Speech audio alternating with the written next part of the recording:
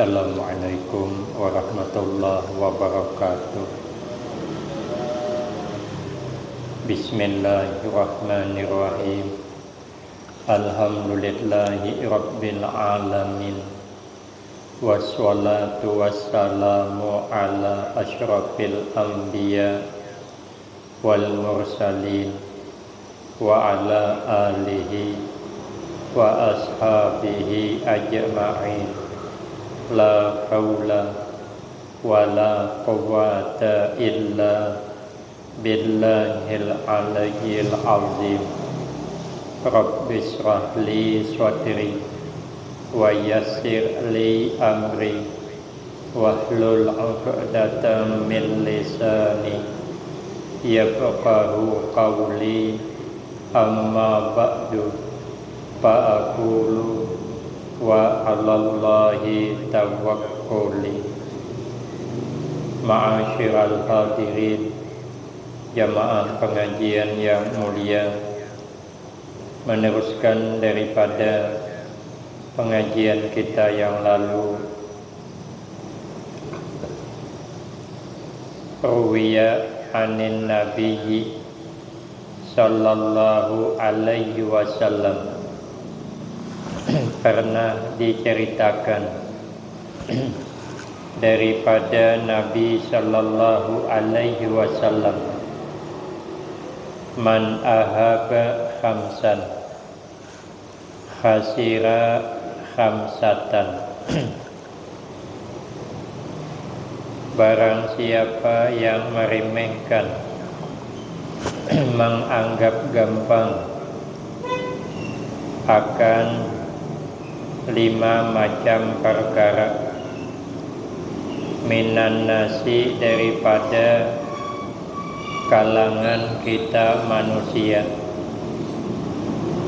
Dia ini meremehkan, menganggap kecil atau mengecilkan akan 5 perkara, maka rugi ia akan 5 perkara yang lain. Kalau yang 5 ini kita remehkan, maka 5 macam kerugian yang didapatkan. Yang pertama, manistakhabba bil ulama bi antaraka ta'zimahum. Barang siapa yang meremehkan ia dengan ulama, orang ini diberi Allah keistimewaan, punya ilmu dan mengamalkan ilmunya dan mengajarkan ilmunya, dan banyak orang yang suka, tapi tetap ada yang tidak suka. Imam Syafi'i bilang, sehebat apapun kita, mesti ada orang yang tidak suka. Itu Imam Syafi'i. Apalagi cuman imam masjid sepakat, itu biasalah. Kalau ada orang kada suka, itu biasa. Orang ini banyak penggemarnya karena cakapnya selalu menularkan manfaat. Berarti orang ini diberi Allah keistimewaan bermanfaat untuk orang lain. Nabi menyanjung, khairun nas anfa'uhum linnas. Sepaling baik manusia orang yang selalu memberi manfaat kepada manusia yang lain. Nah, orang ini bermanfaat untuk orang banyak, sebab dia banyak orang berbuat baik, sebab dia pengajian ramai. Lalu kita meremehkannya dengan tidak mengagungkan, bahkan menganggap gampang, menghina pula, meremehkan pula. Padahal mereka banyak muhibbinnya, karena mereka punya ilmu dan amal. Nah, orang yang meremehkan itu orang yang tidak mengagungkan, malah meremehkan, khasirat din, maka rugi dia di bidang agama, rugi. Maka itu kata Nabi, akrimul ulama fa innahum warasatul anbiya. Muliakan ulama karena mereka ulama itu pewaris para nabi. Faman akramahum faqad akramallaha wa rasulahu.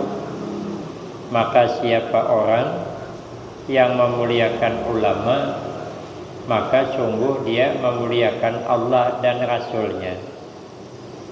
Di dalam kitab Nasaihul Ibad, bahagian daripada tanda-tanda ulama warasatul anbiya, bila dipandang menularkan manfaat. Orang memandang sidin itu hati tanam, yang gelisah, ampih gelisah. Karena ada dalam hadis, hamba Allah yang dijadikan Allah bila dipandang menularkan manfaat. Maka selalulah kita memandang wajah orang alim dengan penuh takzim, supaya menularkan manfaat. Dulu di Tungkal nih ayah tuh kalau kita mandang saja kita malu sendiri, malu rasanya. Ke rumah beliau mandang tersenyum, takut kita kalau kita ini tersalah adabkah, maka beliau tersenyum. Atau memang kita bagus adabkah, atau hati kita kah? Karena kalau berhadapan dengan ulama, pas qalbak, pelihara olehmu akan hatimu. Karena sebahagian ulama itu kebanyakannya Allah kasih tahu isi hati kita, Allah kasih tahu. Kasyaf. Saya kepingin sesuatu, ada sangki tempat baju jubah titipan Habib Lutfi. Jadi saya ngantar ke rumah ayah. Saya kepingin sangki itu ngambil berkah Al-Habib Lutfi untuk nabung duit di situ, hendak buat rumah. Tak kenapa terlintas sendiri. Nah, sampai di rumah ayah, dikeluarkan ayah, isinya sangkinya itu dilipat ayah dengan rapi, tersenyum. Lalu sangkinya dikasih saya. Kata beliau, ini sangkinya untuk guruna, bawa habulik. Nah, kan tahu, isi hati tahu. Nah, orang itu nangkai itu tuh kalau dipandang menularkan kebaikan, itu tanda ulama warasatul anbiya. Yang kedua, kalau beliau bercakap, orang nyaman menurut orang, karena bercakap dari hati yang ikhlas. Beliau tidak bercakap kecuali memang beliau melakukan sudah. Ittihadul qaul wal fi'li, bersatu cakap dengan perbuatan. Kalau beliau belum melakukan, beliau tidak mau bercakap. Ada perempuan membawa anaknya nih suka menghisap garam dikucup hari-hari.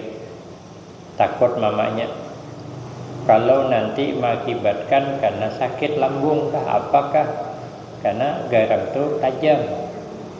Datang kepada Kiai Hamid namanya, minta agar beliau berkenan menasihati anaknya nih supaya jangan lagi maisap garam. Kata Ki Hamid, bawa pulang dulu, nanti minggu hadapan kau kesini lagi. Nah, sudah minggu hadapan datang lagi. Ibu ini membawa anaknya. Ki Hamid menasihati. Kata Ki Hamid, nak, jangan lagi makan garam, khawatir kalau nanti ada masalah. Pulang, nurut anaknya, nurut, karena berkah cakap tadi. Jadi cakapnya menularkan manfaat. Tadi mamanya melarang makan garam, dan nurut dia. Sekali guru ini bercakap langsung nurut. Itu namanya ulama warasatul anbiya. Lalu ke rumah Ki Hamid lagi, ini ibunya. Mbah Yai, terima kasih sampean sudah berkenan menasihati anak saya. Sekarang alhamdulillah anak saya tidak lagi makan garam. Cuman kata ibunya, saya kepingin tahu kenapa sampean bertimpu. Maka tidak pertama kemarin saja nasihati, maka harus timpu seminggu pulang. Kata Ki Hamid, waktu sampean datang membawa anak, saya pun senang mengucup garam. Saya suka makan garam. Macam mana saya mau menasihati anak sampean? Saya saja suka makan garam. Nah, seminggu ini saya istirahat, tidak lagi makan garam. Baru saya nasihati anak sampean jangan makan garam. Ikhlasnya. Model ini nih ulama warasatul anbiya. Ayah itu kalau bercakap menularkan manfaat. Orang Singapura datang, insya Allah haul beliau nanti tanggal 24. Insya Allah orang Singapura itu datang. Dulu waktu tahun 97 jangan salah, saya mulai mengajar di Al-Baqiyatus Shalihat tahun 95. Tempatnya tidak seperti ini. Itu licak tuh. Jalan menuju ke majelis licak. Pagar belum ada. Pagar kecil aja, papan putih kecil. Itu lubak-lubakan. Banyak lubak-lubak depan majelis tuh. Tempatnya majelis saja, setiap haul di majelis, setiap haul di majelis. Nah, itu pun pano bikin lagi sedikit serambi pakai terpal, jadi tidak banyak seperti ini. Jadi orang Singapura datang, dibawa beliau berjalan. Nah, ayah bercerita, kata ayah, nanti yang lubak-lubak di depan majelis ini mau kami tampal dengan sabut. Kata orang Singapura, dengan tanah saja ya, dengan tanah kuning, tidak usah dengan sabut. Kata ayah, maulah kami tanah kuning, cuman duitnya belum ada, jadi sementara tampal sabut saja. Kata Ustaz Umar Maulana itu nang Singapura, nanti datang insyaallah. Ayah tidak usah mikirkan, nanti kami usahakan. Hitungan bulan aja datangan mobil tanah. Jangan salah, itu 30 mobil atau berapa kemarin. Habis satu top semua. Lubak-lubak tertutup. Sampai sekarang jadi halaman. Itu sebagian orang Singapura yang membantu. Beliau bercakap, tidak menyuruh, bercakap saja. Mau nampal. Orang terbuka hati, hendak nolong. Cakap menularkan manfaat. Saya di Pembengis itu kan buat majelis asalnya, sekarang jadi pesantren. Kan banyak juga lubak-lubak di depan. Ada kawan saya lah di bawah saya, sugih dia. Saya bilang, ini rencana lubak-lubak nih mau saya tampal sama sabut. Apa jawabnya? Bagus saya katanya. Jadi ada banyak pengeluaran waktu yang Malaysia nih. Kamuan saya tadi dengan tanah aja, baru saya bilang maulah duit dede. Sakanya bagus saya katanya, didukung langsung. Berarti saya ini tidak termasuk warasatul anbiya belum. Karena cakap tidak menularkan manfaat kepada orang lain. Nah, kita lihat kalau orang ini banyak manfaat cakapnya untuk orang lain, itu ulama warasatul anbiya. Yang Habib Umar Al-Hafiz kita tak kenal, datang ke sini banyak menularkan manfaat, jutaan orang menunggu. Itu kita husnuzan, itu ulama warasatul anbiya. Siapa orang meremehkan ulama warasatul anbiya, maka rugi dia di segi agama. Wal a'yadzubillah min dzalik. Satu. Kemudian lagi yang kedua, wa man istakhaffa bil umara, dan barang siapa yang meremehkan dengan umara, penguasa, meremehkan dia, di sana sini menjelekkan, menghina para penguasa, khasirat dunia, maka rugi ya akan urusan dunia. Dari segi dunia rugi kita kalau kita ini meremehkan penguasa, menjelekkan penguasa, menghina penguasa. Li'annahum alladzina yurattibuna umurad dunia, karena bahwasanya mereka penguasa itu adalah orang-orang yang mengatur mereka akan urusan dunia. Tidak bisa kita menghina, karena mereka tukang atur urusan dunia. Kita tidak ngerti, tidak usah kita meremehkan kerjanya, tidak usah. Kalau kita meremehkan kerjanya yang dipimpin orang banyak, tentu tidaklah bisa sempurna apa yang dihajatkan oleh orang banyak.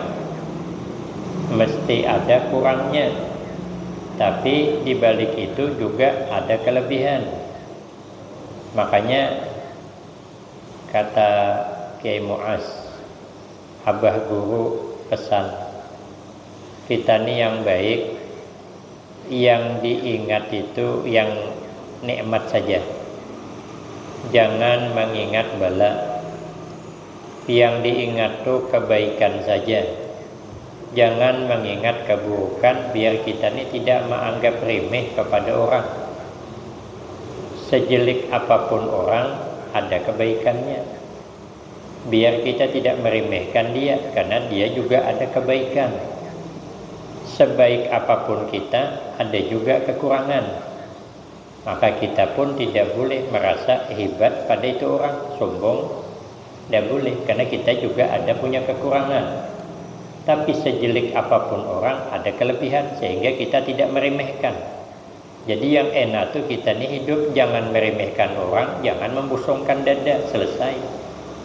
Tapi kalau sudah meremehkan orang, membusungkan dada, nah ini nang pada selesai, rugi kita. Jadi kita lihat tuh, anjing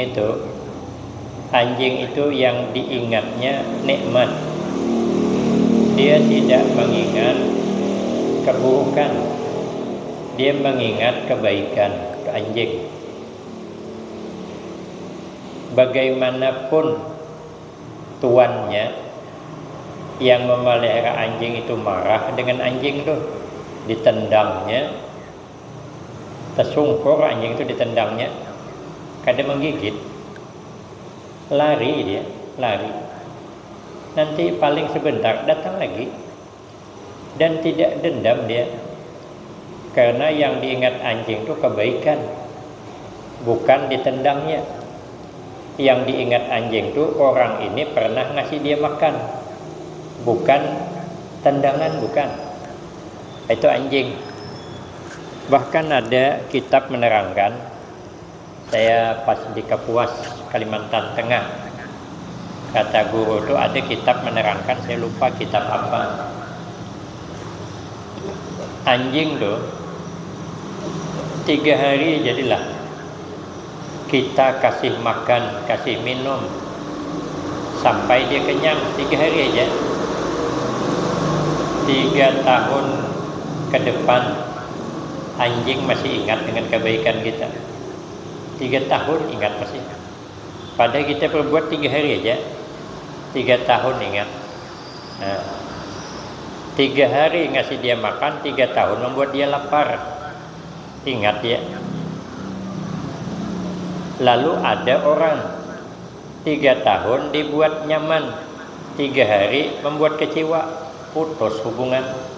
Berarti kita ini tidak lebih baik daripada anjing tadi. Anjing 3 hari, 3 tahun dilupakan, kada putus. Ingat ya. Kalau ada orang 3 tahun dia berbuat baik dengan kita, 3 hari ya salahnya. Lalu kita jelek-jelekkan. Ini tidak lebih baiklah daripada itu tadi. Surpi membuktikan memang. Kitabnya ada, kenyataannya ada. Di dekat kampung kami, barulah dia ini ada punya kelebihan, sayang, hati-hati merawat anjing. Karena kan di kampung itu menjaga kebun. Kalau tidak punya anjing, nanti babinya makan kelapa, tidak bisa hidup. Tanam-tanaman, nanam sayur tidak bisa, nanam timun tidak bisa, nanam jagung tidak bisa. Lalu punya anjing, dipeliharanya dengan baik. Dia meninggal, dimakamkan. Tahu anjing, kalau majikannya yang meninggal tahu, ikut dia. Ikut. Kata orang yang menyaksikan, 7 hari ada anjing tuh balik-balik ke kuburan, tidak mau ditinggalkan. Ingat dia, kita orang tua kandung meninggal dunia, mengantar jenazah cuman, berarti kada suah berkunjung lagi. Berarti kita ini kada lebih baik juga. Padahal dia yang melahirkan kita, dia yang membesarkan kita. Tapi memang kita nih umumnya suka mencari kekurangan daripada mencari kelebihan.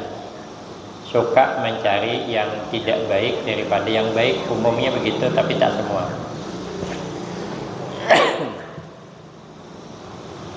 Baju saya ini bagus, rapi, karena orang yang membuat hebat.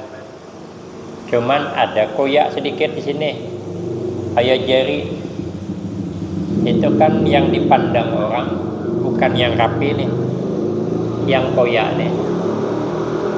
Atau lehernya putih, penuh dengan daki lehernya kayak halilipan belingkar di sini. Yang dipandang orang ini, mai katanya Ustaz tuh, mantapnya bajunya halilipan di pohon gulu. Malas nian menyuci, itu yang dipandang. Padahal yang lain kita kotor. Yang kotor kan cuma di sini, di leher cuma. Tapi yang itu dipandang orang. Kita beli beras. Kalau dulu di kampung beli beras, ada antahnya, ada dedaknya, ditampi itu. Nah, di nyiro itu digini-ginikan. Dia ada antah keluar. Jadi kelihatan tahan mengokot, mengikih. Beras kikih ke sana, kikih ke sini mencari antah tuh. Tahan berkacamata mencari antah tuh. Dapat antahnya diambil. Tertimbun antah tuh, masih dicungkilnya lagi. Kesalahan orang itu tertutup sebenarnya, tapi masih dikorek-koreknya. Itulah kadang-kadang kebiasaan kita, tapi tak semua. Maka itu kita tidak boleh menganggap remeh kepada orang yang ada salah, karena di balik kesalahan masih ada kebaikannya. Nah, jadi kita tidak usah meremehkan. Wa man istakhaffa bil jiran, dan barang siapa yang meremehkan ia bil jiran dengan tetangga. dengan tetangga diremehkannya, kada bagus bertetangga. Pada Nabi bilang, man kana yu'minu billah wal yaumil akhir fal yukrim jarahu, au kama qala Rasulullah sallallahu alaihi wasallam. Barang siapa yang beriman kepada Allah dan Rasulnya, maka muliakanlah tetangganya. Kalau orang menganggap remeh kepada tetangga, tetangga itu siapa? Al-mujawirina fil masakin min jami'il jihad. Artinya orang yang bertetangga, yang berumah tinggal dari segala penjuru, ke hadapan, ke belakang, ke kiri, ke kanan itu tetangga. Nang sebelah kanan, sebelah kiri tetangga, hadapan tetangga, belakang tetangga. Kalau kita nih tidak baik dengan tetangga, meremehkan kepada itu tetangga, khasiral manafi'ah, rugi ia akan beberapa manfaat, akan beberapa kebaikan, allati yutawassalu biha ilal matlub. Karena untuk menghasilkan apa yang kita inginkan itu tetangga dulu. Kalau tertumpah kumpul barau itu tetangga, bukan pemilik. Pemilik kita di Sungai Tauman jauh. Kalau kumpul terbalik, apinya barau, nunggunan Sungai Tauman tinggal habu, tentu tetangga. Istri hendak melahirkan, hendak ngambil bidan, Honda ada, tetangga ada punya motor, terus tetangga yang nolong. Tidak mungkinlah menunggu motor yang datang dari atong ke peranak bini. Maka tetangga itu jangan diremehkan, karena suatu saat kita butuh berhajat kepada kebaikannya. Karena tetangga itu pertolongan pertama. Kalau sakit, jatuh, yang ngangkat tetangga. Tapi kalau kita tidak baik dengan tetangga, ada dapat manfaat. Dia nyuci pakaian, kering sudah, tapi orangnya di pasar, hari anak hujan. Kalau baik dengan tetangga, ambilkannya pakaian, ambilkannya, dilipatkannya, nanti baru diantarnya. Tapi kalau tidak baik dengan tetangga, berkelahi, hujan hari kada bakal diambilkannya. Nanti kalau kita ngambilkan, apalagi baju orang mahal, nanti dibilangnya kehendakan baju, nih sesalah, nih nanti ini diambilnya syuting baju nih, kalah ya cuman, ada mungkinnya mengambil. Biarkanlah daripada nanti awak hendak baik, malah dikiranya nanti, nah akhirnya pakaian basah sebasahnya lah, besok terpaksa nyuci lagi. Maka kita dengan tetangga harus baik. Diceritakan bahwasanya Nabi sallallahu alaihi wasallam bersabda, "Wallazi nafsi biyadihi la yu'minu 'abdun hatta yuhibba li jarihi ma yuhibbu li nafsihi." Nah, kata Nabi, tidak beriman sempurna seorang hamba sehingga menyukai ia hamba kepada tetangganya akan barang yang menyukai ia untuk dirinya. Apa yang kita sukai ada pada tetangga juga kita sukai. Apa yang kita tidak sukai terjadi pada tetangga, kita pun juga tidak suka. Itulah orang mukmin yang beriman sempurna. Diceritakan lagi daripada Nabi sallallahu alaihi wasallam, innallaha ta'ala yuhibbur rajula lahu jarun su'un yu'zihi fayasbiru ala azahu wa yahtasibuhu hatta yakfiyahullahu bihayatin aw mautin. Sesungguhnya Allah Ta'ala menyukai, ya Allah, akan seorang laki-laki baginya laki-laki ada tetangga yang jelek, tetangganya jahat, suka menyakiti ia tetangga akan dia. Nah, jadi kalau kita nih tetangga tidak suka dengan kita, keluar merengut, ya, dia kenduri kada mengundang, ketemu di jalan tidak menegur, kita negur dia tidak menjawab, tapi payas biru, maka sabar ia rajul ala azahu, atas kejelikannya, sabar atas kejelikannya, wayah tasibu, dan mencari ganjaran ia rajul akan itu sabar kepada tetangga sehingga mencukupi akan itu tetangga yang jelek oleh Allah. Ada usaha kita membalas, nanti Allah bisalah mencukupkan membalas kejahatannya.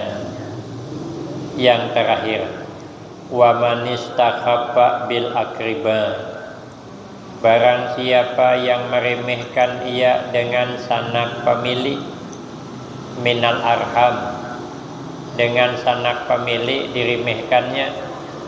Orang dulu sanak pemilik ini rakat, rukun, dia meremehkan, khasiral mawaddah, maka rugi ia akan bersayang-sayangan.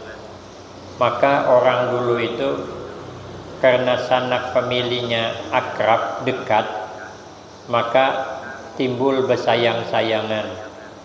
Kalau hari lebaran saling berkunjung-kunjungan, kalau pengantinan saling bantu-membantu. Kalau ada pengantinan jauh di Pulau Kijang, yang dari Tungkal datang, dari Sungai Undan datang, itu jauh sebelum acara sudah kumpul keluarga, sehingga sampai seminggu di situ kami sama anak-anak dengan sepupu sekali, dengan sepupu 2 kali bertemu, ramai ini ya, senang. Kadang-kadang kami main guli, gulinya bukan guli kaca, buah gurah itu dibuat guli. Pun kadang kami main karet, main lastikan tu nah, pakai nang di sesapo tu, ada ke karet bertimbak, nah, atau main ingki-ingki, macam-macam main. Kadang main kasti. Akrab kami dengan keluarga. Aina bila pulang habis acara pakai perahu itu sedih. Kenapa sedih? Karena sayang, bersayang-sayangan sama sanak pemilik. Kalau lama ada ketemu, kalau ketemu Masya Allah senangnya. Nanti kalau bulikan tuh bisa menangisan. Kakaknya bersalaman dengan adiknya, dudukan bersalaman tuh. Nanti berdirian, ada yang kelelungkang mukanya, ada yang kehigetawing, nangisan. Makanya perempuan dulu itu selindangnya panjang-panjang. Jadi ujung selindang itu hendak menyapu banyu mata. Mun kada berselindang alih menyapu hingus dengan banyu mata. Kenapa? Karena sedih. Karena kita bersayang-sayangan sama sanak famili. Mudah-mudahanlah kita ini jangan sampai meremehkan orang, kepada sanak famili sekalipun, apalagi kepada orang yang memberi manfaat kepada orang lain, sehingga kita Allah selamatkan dunia dan akhirat, husnul khatimah wassa'adah, amin Allahumma amin. Demikian, minta maaf, wabillahi taufiq wal hidayah. Wassalamualaikum warahmatullahi wabarakatuh.